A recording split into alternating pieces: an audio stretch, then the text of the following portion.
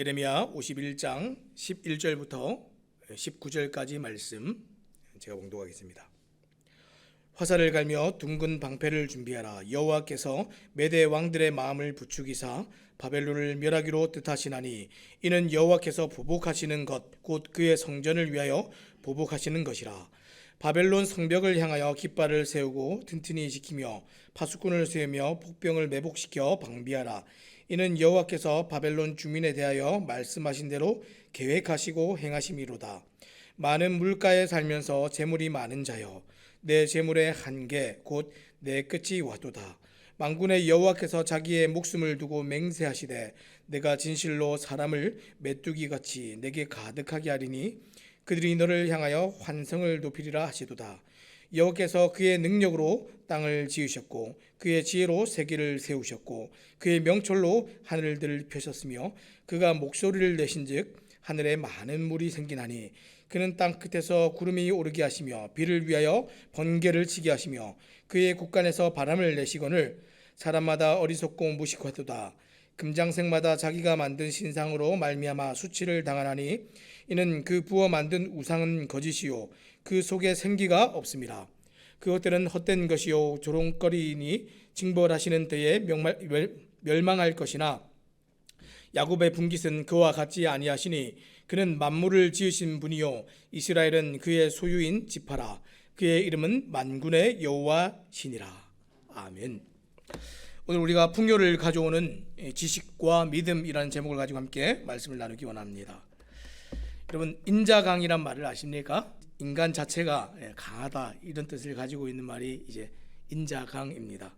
태생적으로 근본 자체가 너무 강해서 그 어떤 사람도 겨루어 싸워서 볼 수 없는 그런 강한 사람을 일컬을 때 이제 인자강 이렇게 얘기합니다. 또 요즘 이제 갑 오브 갑이란 말도 있습니다. 들어보셨습니까? 말 그대로 갑 중에 갑입니다. 최고 중에 최고이죠. 하나님께서 우상을 섬기던 온 열방을 다 이렇게 심판을 하시면서 지금 이제 보여주고 싶으신 것이 있는데 무엇을 보여주고 싶으십니까? 신자강, 하나님의 강하심. 하나님께서는 그 존재 자체로 너무 강하시기 때문에 그 누구도 겨루어 볼 수 없는 지존자가 되신다 하는 이것을 하나님께서 가르쳐주고 싶으십니다. 갑 오브 갑, 모든 왕 중에 왕이시며 모든 주의 주이십니다. 하나님께서 이 사실을 세상을 정복하고 군림했던 지금 바벨론을 이제 마지막으로 심판하심으로 지금 분명히 보여주십니다. 바벨론과 모든 나라를 이긴 바벨론의 신들보다 또 더 크고 힘있는 세상을 지배 주관하시고 심판하시는 진짜 신이, 진짜 주인이, 진짜 왕이 있음을 하나님께서 알기를 원하셨습니다. 오늘 이 사실을 가장 큰 권세였던 제국을 무너뜨리시는 하나님의 능력을 통해 하나님께서 지금 이제 가르쳐 주십니다. 자, 이제 11절 12절 말씀 읽어보겠습니다. 화살을 갈며 둥근 방패를 준비하라. 여호와께서 메대 왕들의 마음을 부추기사 바벨론을 멸하기로 뜻하시나니 이는 여호와께서 보복하시는 것 곧 그의 성전을 위하여 보복하시는 것이라. 바벨론 성벽을 향하여 깃발을 세우고 튼튼히 지키며 파수꾼을 세우며 복병을 매복시켜 방비하라. 이는 여호와께서 바벨론 주민에 대하여 말씀하신 대로 계획하시고 행하심이로다. 지금 말씀해 보니까 화살을 날카롭게 하라, 전쟁 준비를 하라는 명령입니다. 또 이어서 나오는 방패를 준비하라 이렇게 되어 있는데 이 말씀은 70인역 성경에 보니까 이 방패가 아니고 화살통을 채우라 이렇게 기록이 되어 있습니다. 결국 무슨 얘기입니까? 전쟁을 위하여서 무장하라 이런 의미를 가지고 있습니다. 자, 이 명령들은 전쟁을 앞둔 부대에게 이 완전 무장하고 전쟁을 위한 만반의 태세를 갖추어라 이런 지금 명령입니다. 자, 그리고 나서 11절 하반절에 보니까 이 전쟁이 어떻게 진행되고 어떤 성격의 전쟁인지 하나님께서 설명해 주십니다. 이 전쟁은 하나님께서 계획하시고 주도하시는 전쟁입니다. 하나님께서는 지금 바벨론을 사용하셔서 열방을 심판하신 것처럼 이제 메대 왕들의 마음을 부추겨 바벨론을 멸하시기로 그렇게 작정하셨습니다. 자, 여기 등장하는 이 메대의 왕들은 이 페르시아를 건설한 아케메니드 왕조입니다. 그리고 바벨론을 멸망시키는 왕은 고레스 왕이죠. 지금 왕들 이렇게 복수로 표현을 했지만 이 70인장 성경에는 이것이 지금 단수형으로 한 명의 왕을 가리키고 있는데 고레스이겠죠. 자, 그러면 바벨론이 지금 이제 멸망을 하게 되는데 멸망하게 되는 이유가 무엇입니까? 하나님께서 단순히 가장 강한 나라를 더 큰 무력으로 꺾어서 힘을 과시하시는 것이 절대로 아닙니다. 지금 11절 이 마지막에 보니까 이렇게 기록합니다. 이는 여호와께서 보복하시는 것 곧 그의 성전을 위하여 보복하시는 것이라. 바벨론의 멸망은 하나님의 보복으로 지금 묘사가 되고 있습니다. 특별히 성전에 대한 보복이다 이렇게 기록을 했습니다. 자, 이것은 바벨론이 주전 586년에 유다를 정복할 때 성전을 멸망시킨 그 사건을 가리키고 있습니다. 그래서 12절은 예루살렘 성전을 무너뜨린 바벨론의 성벽을 향해 진격하는 부대를 향해서 지금 4가지 명령을 하고 있습니다. 자, 첫 번째는 깃발을 세우라. 두 번째는 튼튼히 지키라. 세 번째는 파수꾼을 세우라. 그리고 네 번째는 복병을 매복시키라. 이렇게 기록을 했습니다. 지금 바벨론을 멸망시키기 위해서 지금 나아가는 군대들에게 주신 명령입니다. 자, 명령을 보면 그런데 마치 바벨론이 적군을 방어하기 위해서 경계, 매복, 이 파수꾼을 세워 지키는 모습과 같지요. 하지만 실제로는 정복하는 자가 바벨론을 이렇게 딱 이렇게 에워싸고 지금 공격하기 위해서 준비하고 있는 모습을 이렇게 묘사를 하고 있습니다. 보통 이게 방어를 하는 사람이 이렇게 꼼꼼하게 막아서면서 이렇게 전쟁을 하는데 왜 공격하는 사람이 이렇게까지 꼼꼼하게 완전하게 이렇게 공격을 하고 있습니까? 단 한 사람도 이 포위를 들고 도망하지 못하도록 그렇게 경계하고 튼튼히 지키고 매복하고 파수꾼을 세워서 한 사람도 남기지 않고 심판하기 위함입니다. 하나님께 대항한 자들을 심판하시는데 그 누구도 도망갈 수 없는 완전한 심판입니다. 완전하게 한 사람도 피할 수 없게 하시면서 그냥 화를 막 쏟아내는 것이 아니라 죄가 무엇이었는지 반드시 드러내십니다. 자, 13절 말씀 보겠습니다. 많은 물가에 살면서 재물이 많은 자여 내 재물의 한계 곧 내 끝이 왔도다. 바벨론의 죄를 드러내시면서 그들의 정체를 밝히시는데 그 중심에 무엇이 있습니까? 재물, 풍요. 그렇죠? 13절은 바벨론을 많은 물가에 살면서 재물이 많은 자다 이렇게 얘기했습니다. 많은 물가와 재물이 많은 자는 각각 지금 바벨론의 풍요를 지금 언급하고 있는 표현입니다. 하지만 이것을 한 문장에 지금 2번을 반복하면서 과도하게 풍요로운 바벨론의 모습을 보여주고 있습니다. 여러분, 과도하게 풍요로운 게 무슨 뜻입니까? 풍요와 쾌락과 물질에 집어삼켜져서 함몰되었다 이런 의미입니다. 지금 여기서 많은 물 이렇게 나오는데 이 많은 물 또는 큰 물로 표현된 이 유프라테스 강은 바벨론을 풍요롭게 만들었습니다. 바벨론을 풍요롭게 만든 근원이 된다고 믿었던 것이 유프라테스 강이었는데 이 유프라테스 강에는 수많은 운하들이 또 있었습니다.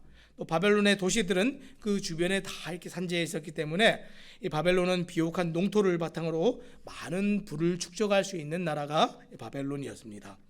또 많은 물이 인공적으로 만들어진 수로나 호수를 통해서 인근 지역으로 이렇게 막 흘러갔습니다. 아마도 적의 침략에 대비한 방어망으로도 이게 쓰였던 것 같습니다. 이렇게 스스로 노력하고 주변에 있는 많은 물로 인해서 풍요를 누리던 바벨론이 무엇에게 감사했겠습니까? 유프라테스 강에게 감사를 했겠지요. 뿐만 아니라 바벨론은 또 수많은 정복 전쟁을 했지요. 승리의 전리품을 가지고 와서 그들의 나라에 창고를 가득 채웠습니다. 실제로 이 유다를 무너뜨리고 나서 성전에 있는 모든 그릇들이 어디로 옮겨졌습니까? 바벨론의 신당으로 다 옮겨져서 그곳에 보관이 되었습니다. 그런데 하나님께서는 풍요로운 바벨론을 향해서 뭐라고 말씀하십니까? 내 한계와 내 끝이 왔다 이렇게 말씀하셨습니다. 바벨론의 풍요가 영원한 것이 아니라고 그렇게 말씀하셨습니다. 이것은 바벨론의 권력의 한계와 더불어 바벨론이 섬기던 우상의 한계가 무엇인지 보여주고 있습니다. 문자 그대로 이제 정말 끝입니다. 이제 바벨론을 향한 하나님의 보복이 시작됩니다. 자, 14절입니다. 만군의 여호와께서 자기의 목숨을 두고 맹세하시되 내가 진실로 사람을 메뚜기 같이 내게 가득하게 하리니 그들이 너를 향하여 환성을 높이리라 하시도다. 메뚜기 떼와 같이 많은 사람들이 이 바벨론을 점령하기 위해서 몰려옵니다. 근데 이 일을 누가 진행하시겠다고 하셨습니까? 하나님께서 하시겠다, 이렇게 말씀하셨습니다. 그래서 14절은 만군의 여호와께서 자기의 목숨을 두고 맹세하시되, 이런 말로 시작합니다. 이런 맹세의 표현은 심판에 대한 하나님의 강한 의지를 잘 보여주고 있습니다. 왜냐하면 하나님은 자신의 맹세를 반드시 이루실 것이기 때문에 지금 내 목숨을 걸고 맹세한다, 이렇게 얘기했습니다. 지금 개역 개정에서는 지금 네펫이라는 이 단어를 자기 목숨을 두고 이렇게 번역을 했는데, 이 목숨이라고 번역하는 것이 문자적으로는 가능하지만 이 문맥상으로는 좀 적절하지가 않습니다. 그래서 예전 개역 성경을 비롯한 다른 모든 성경 번역본들을 다 보면 존재라고 번역을 하고 있습니다. 그래서 여호와 하나님의 말씀이 맹세일 뿐 아니라 여호와 당신의 그 존재 그 자체를 두고 맹세를 지금 보증하고 계십니다. 하나님께서 지금 큰 계획을 세우셨는데, 그것은 하나님을 싫어 멀리 떠난 사람들, 하나님을 의지하지 않는 사람들, 하나님께 감사하지도 않고 하나님께 영광을 돌리지도 않는 그 사람들에 대하여서 하나님께서 마지막에는 어떻게 하신다는 겁니까? 심판하십니다. 이것을 오늘 말씀에는 보복하신다, 이렇게 얘기했습니다. 왜 보복입니까? 하나님을 알지 못해서, 하나님을 정말 두려워하지 않아서 하나님을 대항하는 삶을 살았기 때문에 보복하시는 겁니다. 이것이 여호와의 계획입니다. 그 보복으로 말미암아 드러나는 것이 결국 무엇입니까? 사람의 정말 탁월함과 노력으로 살아가는 일이 헛되다 하는 것 보여주셨고, 또 하나님 외에 다른 의지가 되는 그 어떤 우상을 섬기며 살아가는 것 헛된 것이다, 잘못된 길이다. 하나님께서 그것이 죄라는 것을 드러내시고 나서 공의롭게 심판하시는 것이 하나님의 계획이었습니다. 그리고 이 계획을 통해서 누구를 구원하십니까? 바벨론이 멸망함으로 결국 유다가 돌아오게 되는 그 일, 이스라엘이 돌아오게 되는 그 일을 하나님께서 계획하십니다. 완전한 계획이고 완전한 공의 가운데 심판이 이루어짐으로 일어나는 구원입니다.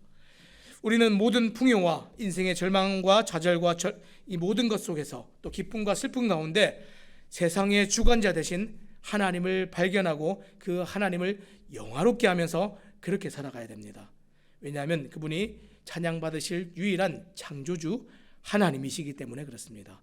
하나님께서는 이 오늘 예레미야 말씀을 통해서 열방을 무너뜨리시고 오늘 마지막으로 이 바벨론을 심판하시면서 참 신이 누구신지, 참 하나님이 누구신지, 참 강함이 있으신 분이 누구신지를 분명히 보여주고 있습니다. 오늘 우리가 살아갈 때에 이 하나님을 분명히 기억하며 살아가야 됩니다. 자, 그러면 그 창조주 하나님 어떻게 나타내고 계십니까? 자, 15절입니다. 여호와께서 그의 능력으로 땅을 지으셨고 그의 지혜로 세계를 세우셨고 그의 명철로 하늘들을 펴셨으며. 자, 이제 15절부터 하나님을 찬양하는 노래가 나옵니다. 자, 오늘 본문 후반부 이제 15절부터 19절에 등장하는 이 노래는 예레미야 10장 12절부터 16절까지의 말씀을 그대로 옮겨놓은 본문입니다. 자, 앞에 나오는 예레미야 10장 12절부터 16절 말씀 제가 한번 읽어보겠습니다. 본문에 있는 이 말씀과 한번 비교해서 한번 보시기 바랍니다. 15절부터 있는 말씀과 비교해 보시기 바랍니다. 여호와께서 그의 권능으로 땅을 지으셨고 그의 지혜로 세계를 세우셨고 그의 명철로 하늘을 펴셨으며 그가 목소리를 내신즉 하늘에 많은 물이 생기나니 그는 땅 끝에서 구름이 오르게 하시며 비를 위하여 번개치게 하시며 그 곳간에서 바람을 내시거늘 사람마다 어리석고 무식하도다. 은장이마다 자기의 조각한 신상으로 말미암아 수치를 당하나니 이는 그가 부어 만든 우상은 거짓이요 그 속에 생기가 없음이라. 그것들은 헛것이요 망령되이 만든 것인즉 징벌하실 때에 멸망할 것이나 야곱의 분깃은 이같지 아니하시니 그는 만물의 조성자요 이스라엘은 그의 기업의 지파라. 그 이름은 만군의 여호와시니라. 아멘. 지금 저는 예레미야 10장을 읽었습니다. 그런데 지금 예레미야 51장에 나오는 내용과 똑같지요. 이스라엘에 대한 심판을 묘사했던 본문이 사실 예레미야 10장이었습니다. 그런데 그것을 지금 바벨론에 대한 심판에서 지금 그대로 사용하고 있습니다. 무슨 말입니까? 지금 이스라엘이나 바벨론이나 세상 그 어떤 나라와 사람도 망하는 이유가 똑같다는 겁니다. 동일합니다. 이 땅을 사는 인생들이 왜 망합니까? 하나님을 아는 바른 지식이 없어서 망합니다. 하나님은 어떤 분이십니까? 자, 오늘 15절 말씀 제가 다시 읽겠습니다. 여호와께서 그의 능력으로 땅을 지으셨고 그의 지혜로 세계를 세우셨고 그의 명철로 하늘들을 펴셨으며 모든 세상을 만드시고 유지하시고 통치하시는 창조주 하나님이십니다. 세상을 움직이는 것은 바벨론의 우상도 아니고 힘있는 권세의 느부갓네살 왕도 아닙니다. 이것을 알고 이것을 찬양하고 이것을 자랑하고 사는 것, 하나님을 영화롭게 하며 사는 것, 이것이 진짜 참된 인생입니다. 그래서 예레미야 9장 23절 24절 말씀에는 뭐라고 기록합니까? 여호와께서 이와 같이 말씀하시되 지혜로운 자는 그의 지혜를 자랑하지 말라. 용사는 그의 용맹을 자랑하지 말라. 부자는 그의 부함을 자랑하지 말라. 자랑하는 자는 이것으로 자랑할지니 곧 명철하여 나를 아는 것과 나 여호와는 사랑과 정의와 공의를 땅에 행하는 자인 줄 깨닫는 것이라. 나는 이 일을 기뻐하노라. 여호와의 말씀이니라. 자랑하고 찬양하고 하려고 하면 하나님을 아는 것, 또 하나님께서 이 땅에 사랑과 공평과 정의를 행하시는 하나님 되심을 찬양하고 자랑하라, 이렇게 얘기했습니다. 그리고 이 일을 하나님께서 기뻐하신다, 이렇게 말씀하셨습니다. 성경에 가르쳐 주신 대로 성경에 그 하나님을 바르게 알고 하나님을 찬양하고 자랑하며 살아가는 것, 이것을 하나님 기뻐하십니다. 하지만 하나님을 모르고 우상을 섬기고 엉뚱한 것을 의지하고 찬양하고 그렇게 자랑하고 사는 것, 하나님께서 결코 기뻐하지 않으십니다. 이것은 다 헛된 인생입니다. 왜냐하면 그것은 하나님께서 미워하시는 일입니다. 그래서 하나님이 그것을 미워하시기 때문에 보복하시고 갚으신다, 이렇게 얘기하셨습니다. 하나님은 세상을 만드시고 그저 무관심한 하나님이 아니십니다. 16절 말씀에 그래서 뭐라고 기록합니까? 그가 목소리를 내신즉 하늘에 많은 물이 생기나니 그는 땅끝에서 구름이 오르게 하시며 비를 위하여 번개를 치게 하시며 그의 곳간에서 바람을 내시거늘. 16절의 내용은 지금 어떤 내용입니까? 기상현상을 지금 보여주고 있는 내용입니다. 이 기상현상을 통해서 이것을 움직이는 분이 계시는구나, 우리는 그것을 알지요. 하나님께서는 세상을 만들어 놓으시고 무관심하게 그저 방치하시는 하나님이 아니십니다. 세밀하게 관심을 가지고 다스리시고 지배 주관하시고 정말 하나님의 영광스러운 목적을 가지고 이 세상을 운행해 가시고 그 목적대로 이끌어 가시는 하나님이십니다. 지금 16절 말씀에 보니까 하나님께서 구름을 모으고 비를 내리는 분으로 묘사됩니다. 또 번개를 치게 하며 바람을 일으키는 분으로 묘사하고 있습니다. 지금 고대 근동에서 비는 농업과 생산과 직결되는 자연현상이었습니다. 그래서 이 기상을 주관하는 것은 풍요를 가져다주는 중요한 요소였습니다. 사람이 이 땅을 살아가게 하는 근원이 되는 것이었는데, 이 근원이 되는 일에 누가 지금 일하고 계십니까? 하나님께서 일하고 계십니다. 이 모든 것을 지배 주관하시는 진짜 신이 하나님 한 분밖에 없다 하는 것을 이 기상현상을 움직이는 것을 통해서 말씀하셨습니다. 하나님께서는 바벨론을 향하여 사람의 노력으로 애써 싸우는 정복전쟁과 메소포타미아 강에 의존하는 그 유프라테스 강에 의존하는 그 불을 거부하라, 이렇게 말씀하십니다. 그리고 이제 여호와 하나님께서 주시는 불을 강조하고 있습니다. 바벨론은 곳간에 재물을 쌓아두었습니다. 그런데 하나님께서는 어떻게 하십니까? 곳간에서 바람을 일으키십니다. 재물을 쌓아둔 곳에 지금 하나님께서 지금 바람을 일으키셨다, 이렇게 지금 얘기하시는 이유가 무엇입니까? 지금 재물이 다 뭘로 바뀌었습니까? 바람으로 바뀌었습니다. 바람은 지금 헛된 것을 가리키는 것인데, 풍요를 위해 살아가는 인간의 어리석고 헛된 행위를 지금 비판하고 있는 말씀입니다. 그래서 17절 이하로 계속 이 어리석음을 지금 고발합니다. 자, 17절입니다. 사람마다 어리석고 무식하도다. 금장색마다 자기가 만든 신상으로 말미암아 수치를 당하나니 이는 그 부어 만든 우상은 거짓이요 그 속에 생기가 없음이라.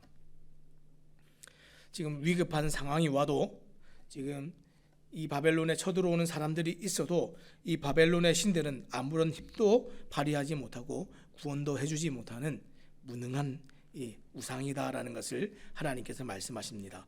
하지만 하나님은 무능하시지 않지요. 바벨론을 멸망시키고 이스라엘을 해방시키려는 그분의 뜻대로 지금 행하실 권세와 능력이 하나님께 있습니다. 그래서 18절 이렇게 기록합니다. 그것들은 헛된 것이요 조롱거리이니 징벌하시는 때에 멸망할 것이나. 바벨론의 우상이나 유다 땅의 우상이나 할 것 없이 다 헛된 겁니다. 우상은 다 헛된 겁니다. 우리나라도 한번 보십시오. 우리가 어저께도 우리가 강의를 들었죠. 3부 시간에 삼국시대나 삼국시대 우상이나 조선시대 우상이나 우리가 반만 년 동안 5,000년 동안 섬겨왔던 그 어떤 우상이나 이 시대의 모든 우상이나 다 똑같이 다 헛된 겁니다. 아무도 우리에게 풍요와 부와 우리의 삶의 모든 안정을 가져다 줄 수가 없습니다. 사람의 손에 의해 만들어진 그 어떤 것도 인간을 더 풍요롭게 하거나 구원해 줄 수가 없습니다. 오직 살아계신 하나님만이 그 일을 하실 수가 있습니다. 이것을 알지 못한다면 그것은 자신의 우둔하고 무식함을 스스로 폭로하는 것과 같습니다. 하지만 누구든지 하나님을 믿기만 한다면, 그분을 의뢰함으로 살아가기를 결정하기만 한다면 그 인생이 진짜 풍요로움을 경험할 수가 있습니다.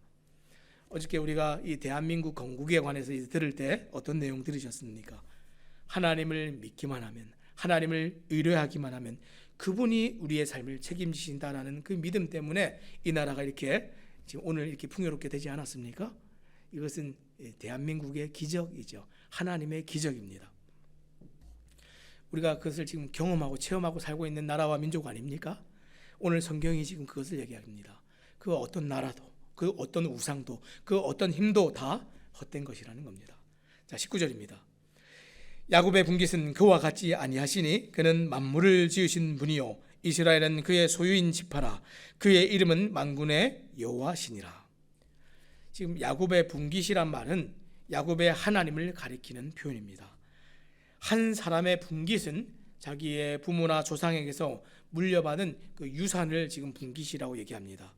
그 유산에는 자신의 합법적이고 정당한 권리가 있죠. 아버지가 나에게 물려주신 것이기 때문에 내가 그것을 소유로 삼을 수 있는 권리가 있습니다. 특별한 권리이죠. 이런 맥락에서 이 야곱의 분깃은 이스라엘이 소유한 놀라운 특권을 말하고 있습니다. 그게 무엇입니까? 하나님께서 이스라엘을 당신의 소유로 삼아 주신 겁니다. 이스라엘은 누구 겁니까? 하나님 겁니다. 믿음으로 구원을 받은 우리는 누구 겁니까? 하나님의 소유입니다. 이것이 얼마나 큰 특권이고 또 우리에게도 이것이 얼마나 큰 믿음의 유산이고 분깃이 되는지 알 수 없습니다. 오늘 하나님께서 여러분을 하나님의 소유로 삼아 주셨습니다. 그리고 그 하나님을 알고 믿고 이 지식과 믿음이 진짜 풍요를 가져오는 지식과 믿음이 되어야 이것이 우리의 분깃이 되고 유산이 됩니다. 오늘 말씀을 맺겠습니다. 바벨론과 같이 인간의 노력이나 하나님 아닌 것을 의지하는 것을 하나님께서 버리라. 그것은 미련한 것이다, 헛된 것이다, 이렇게 가르쳐 주십니다. 더 이상 세상을 주렵게 살지 않기를 바랍니다. 세상을 정말 하나님 없기 때문에 두려워서 이것도 의지하고 저것도 의지하고 여기로 갔다가 저기로 갔다가 이것도 믿어봤다가 저것도 믿어봤다가 더 이상 우리는 그렇게 살 필요가 없습니다. 이 세상을 지으시고 다스리시고 세상 마지막에 모든 것을 심판하실 하나님이 우리의 하나님 되시고 우리가 그분의 소유된다면 우리는 그 어떤 것도 두려워할 필요가 없습니다. 하나님의 소유가 되어서 하나님을 아는 지식과 믿음 안에서 참 풍요를 누리며 살아가는 것, 오늘 새삼침내교회 모든 성도님들 가운데 있어지기를 또 우리 주님의 이름으로 부탁드립니다. 기도하겠습니다.